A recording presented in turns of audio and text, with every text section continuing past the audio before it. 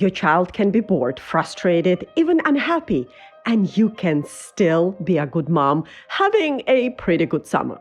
If this sentence made you flinch, this episode is for you. So last we spoke about a belief quietly making your summer more exhausting than it needs to be. And it is not the schedule, it is not the screens, it is not even the boredom complaints.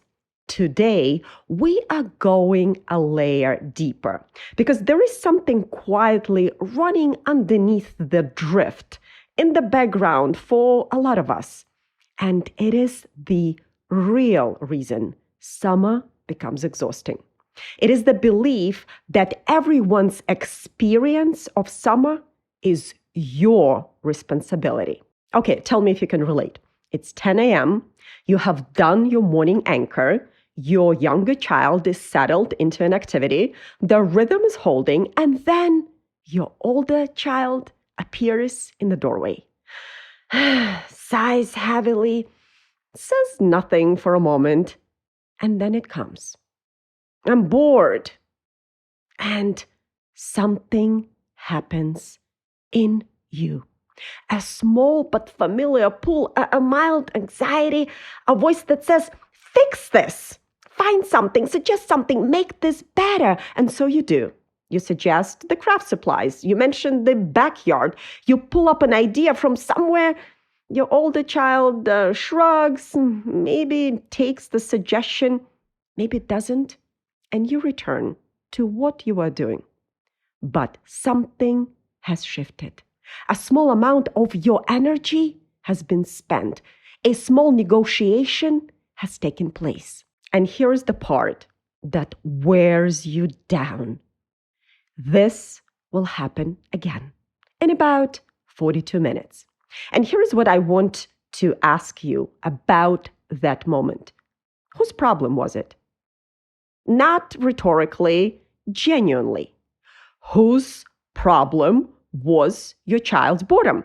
Because the way you answered that question in your body before your brain had a chance to weigh in tells you everything about the belief we need to look at today.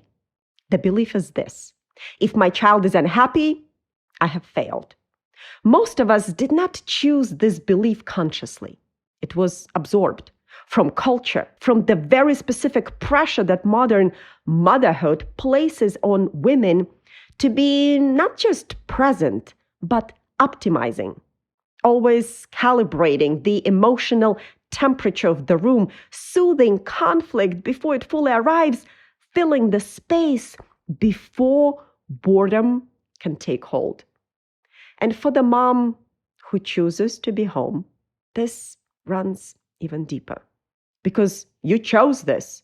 You chose to be the one managing the environment, the learning, the rhythm, the relationships. And that choice, which came from love and conviction, can quietly become a belief that everything that happens inside that environment is on you.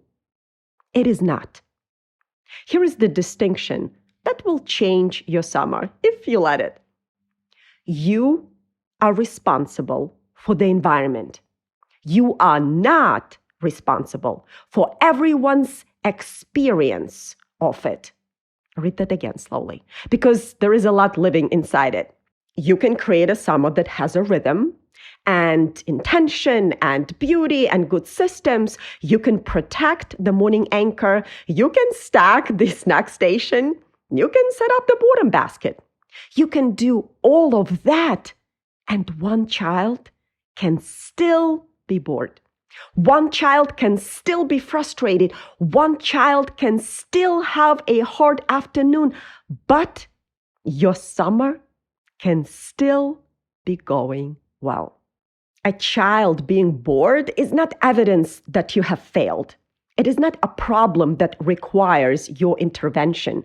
It is, in fact, one of the most valuable experiences you can allow your child to have, if you can resist the pull to take it away from them. Okay, let's talk about what boredom actually is.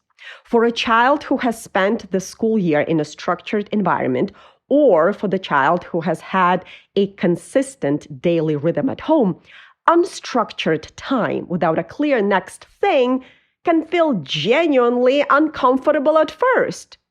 And that discomfort is real. It is not manipulation. It is not drama.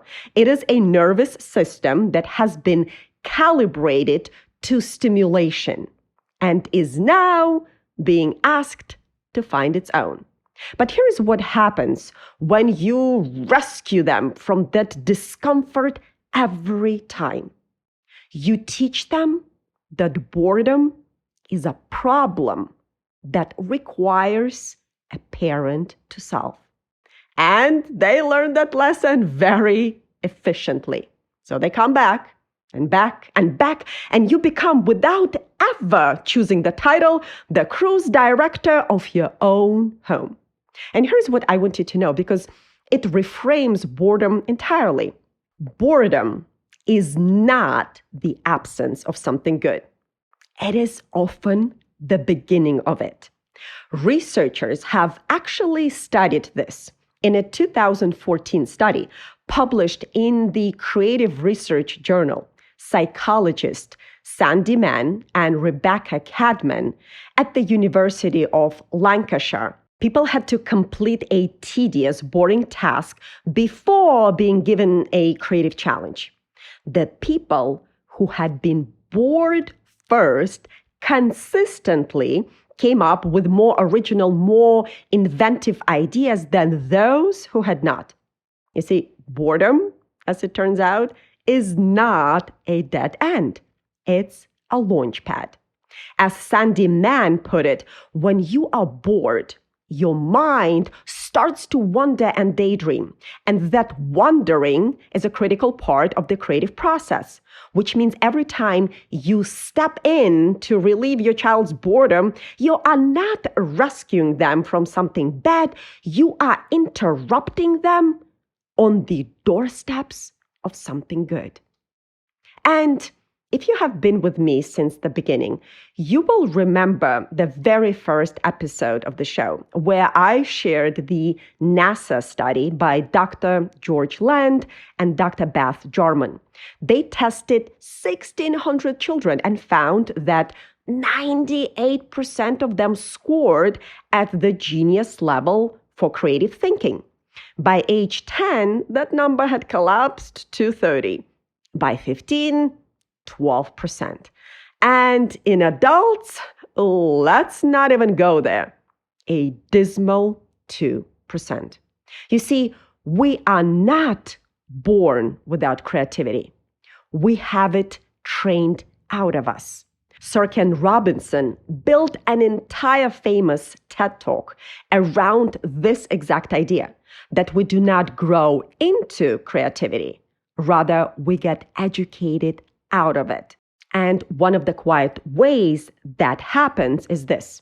Every time a child's boredom is immediately solved by an adult, the divergent thinking muscle never gets to fire.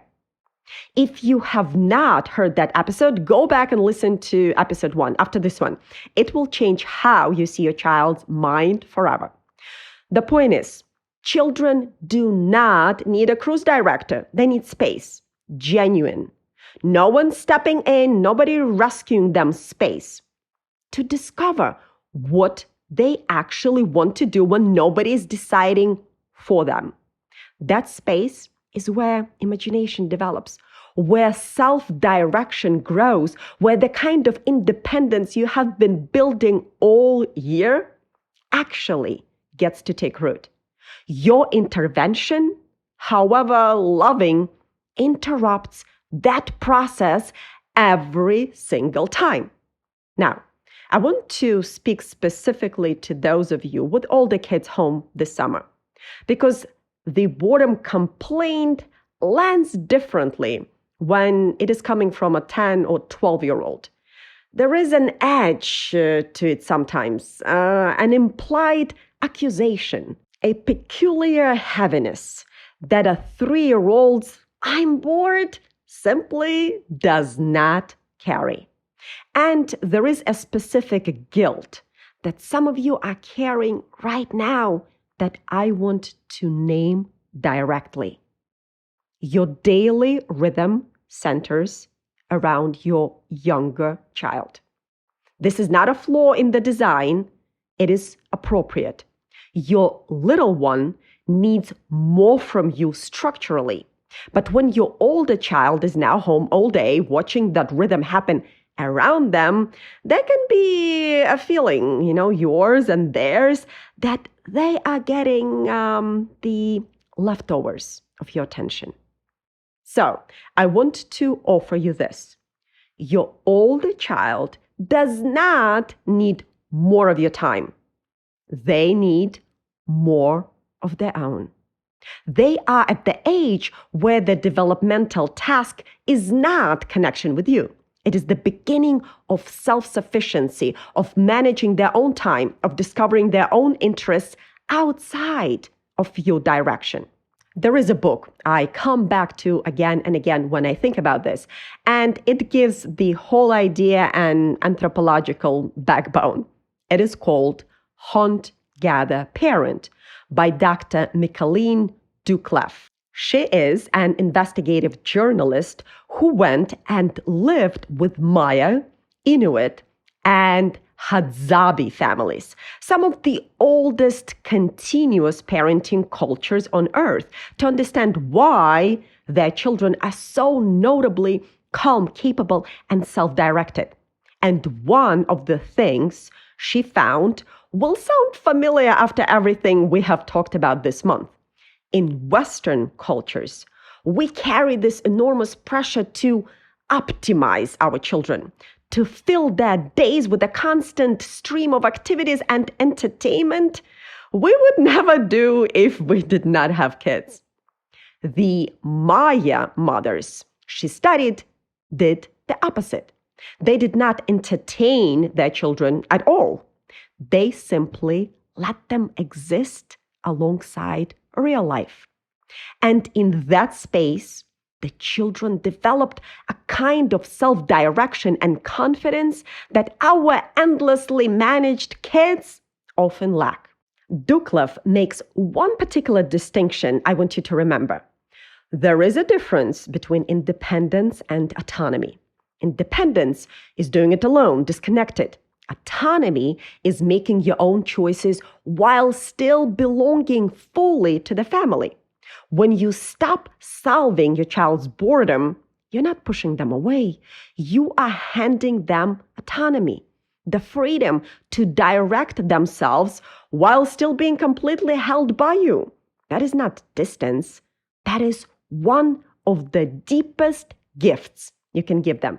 And thus, the most loving thing you can do for a 10 or 12-year-old who is bored is not to solve the boredom, is to hold the boundary with warmth and send them back to themselves. Which brings me to the one practice I want to give you today. The next time your child says, "I'm bored," do not solve it. Instead, ask this one question. What do you think you could do? That's it. No suggestions after it, no follow-up if they shrug, no guilt if they walk away frustrated. Just this question, delivered calmly, and then you return to what you were doing. This will feel uncomfortable the first few times. Your child may escalate, they may push back, they may test whether the old pattern, complain, mom fixes, is still available. It will take repetition before the new pattern is established. But when it lands, and it will, what you will see is a child who disappears for hours into something they invented themselves. And what you will feel is something I want you to be ready for, because it might surprise you. A relief, followed immediately by a small, quiet pride. Not in yourself for having the right strategy, in them for not needing you to solve it. That is the independence you have been building toward all year. Summer is where it gets to prove itself. So let me close with the core lesson because I want it to land cleanly. Your job is to create the environment, not to manage everyone's experience of it. One child can be bored, one can be frustrated, one can be disappointed, and your summer can still be going well. Your rhythm can still be intact. Your morning anchor can still hold. The day can still be a good one. And if you are multitasking, come back to me. You are allowed to be unavailable for a bored child. You are allowed to point at the boredom basket and return to your work. You are allowed to let the discomfort sit for 20 minutes while something more interesting takes its place. This is not neglect. That is trust. Trust in the environment you have built. Trust in the child you have been raising. And trust finally, fully in yourself. If today's episode gave you something to stand on, I want to make sure you have the tool that goes with it. I created the Summer Drift Diagnostic, a free resource that shows you exactly where your summer is leaking so that you can stop white-knuckling through July and actually feel like you were there when August arrives. You can grab it in the show notes below. Next time, I want to ask you a question that almost nobody asks before summer begins. Not what you want to do this summer, not what you want your kids to experience, but what you want to feel when you're standing in the kitchen on the last morning of summer and all of it is already gone. I'll see you then.